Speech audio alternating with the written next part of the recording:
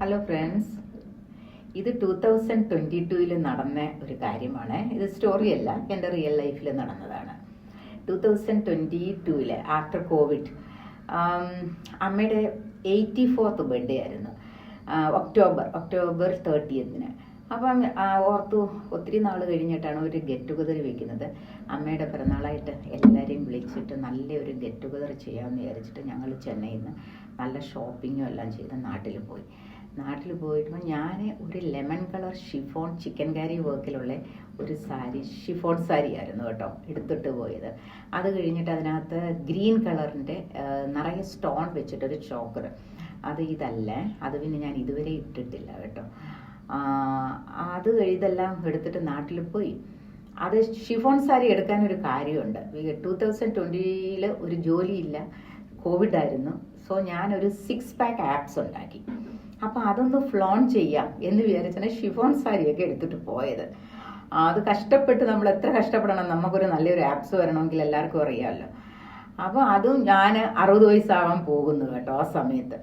അത് കഴിഞ്ഞിട്ട് നാട്ടിലിങ്ങനെ ചെന്ന് അമ്മ നല്ല ഒരുക്കി. അമ്മ ഇങ്ങനെ റിലേറ്റീവ്സും എല്ലാവരും വന്ന നാട്ടുകാരൊക്കെ ഉണ്ട്. എല്ലാവരുടെയും കൂടെ അമ്മ ഇങ്ങനെ ഇരിക്കുകയാണ് വർത്തമാനം പറഞ്ഞുകൊണ്ട്. അപ്പം ദൂരെ നിന്ന് അമ്മ എന്നെ വിളിച്ചു, മോളെ ബീനേ നീ ഇങ്ങോട്ട് വന്നേ. ഞാൻ എന്താന്ന് വിചാരിച്ചിട്ട് ചെന്നു. എന്തിയ മോളെ, നിന്നെ കണ്ടിട്ട് ഒരു ഗ്ലാമറും ഇല്ലാതായിപ്പോയി. എൻ്റെ മോളെ എന്തുവാ നീ മുഖത്തൊക്കെ ചെയ്തത്? നിന്റെ വയറൊക്കെ എവിടെ പോയി? വയറുമില്ല, ഒന്നുമില്ല.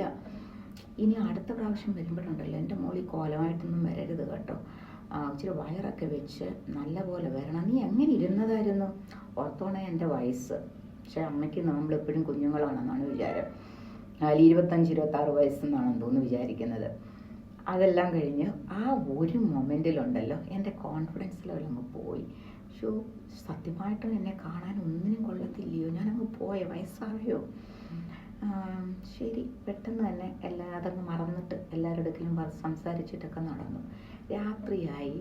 നമ്മുടെ ക്ലോസ് റിലേറ്റീവ്സൊക്കെ ഇരിക്കുമ്പോൾ ഞാനിത് പറഞ്ഞിട്ട് ഭയങ്കരമായിട്ട് ചിരിച്ചു കേട്ടോ. ചിരിച്ചു കഴിഞ്ഞ് 3-4 ദിവസം അമ്മയുടെ കൂടെ താമസിച്ചു കഴിഞ്ഞിട്ട് തിരിച്ച് ചെന്നൈയിൽ വന്നപ്പോൾ എൻ്റെ ഫ്രണ്ട്സൊക്കെ പറയുന്നു, നീ കേരളത്തിൽ പോയിട്ട് വന്നിട്ട് നിന്നെ ഫേസൊക്കെ നല്ല ഗ്ലോ ചെയ്യുന്നല്ലോ.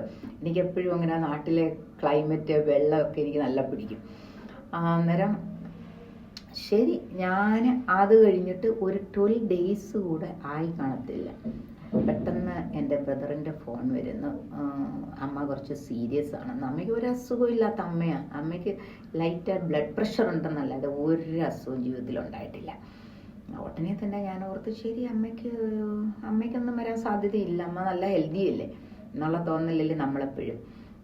നാട്ടിൽ ചെന്നപ്പം അമ്മ മരിച്ചുപോയി കേട്ടോ. എനിക്കൊന്ന് ബർത്ത്ഡേ കഴിഞ്ഞിട്ട് 2 weeks കൂടെ ആയിട്ടില്ല. അതെല്ലാം കഴിഞ്ഞിട്ട് ഞാൻ ഇന്നും ഓർക്കാറുണ്ട്. എൻ്റെ ആ ഫോട്ടോ കാണുമ്പം, ആ 6 pack ആപ്സിൻ്റെ ഫോട്ടോ കാണുമ്പോൾ മുഖത്തൊരു ചിരി വരും. ഇനി എനിക്ക് ഈ ജന്മത്തിൽ ഇത് ഉണ്ടാക്കാൻ പറ്റുമോ എന്നുള്ള ഒരു സംശയമുണ്ട്. പക്ഷേ അമ്മ എൻ്റെ ആ ഗ്ലാമറിനെ പറ്റി പറഞ്ഞത് എനിക്ക് ഇന്നും അത് ലാസ്റ്റായിട്ട് അമ്മ എന്നെ പറ്റി പറഞ്ഞതാണ്. എനിക്കിതുവരെ അത് മറക്കാനും പറ്റുന്നില്ല. അതിങ്ങനെ ഞാൻ മിക്കവാറും ദിവസം ഞാനത് ഓർക്കാറുണ്ട് കേട്ടോ. Thank you.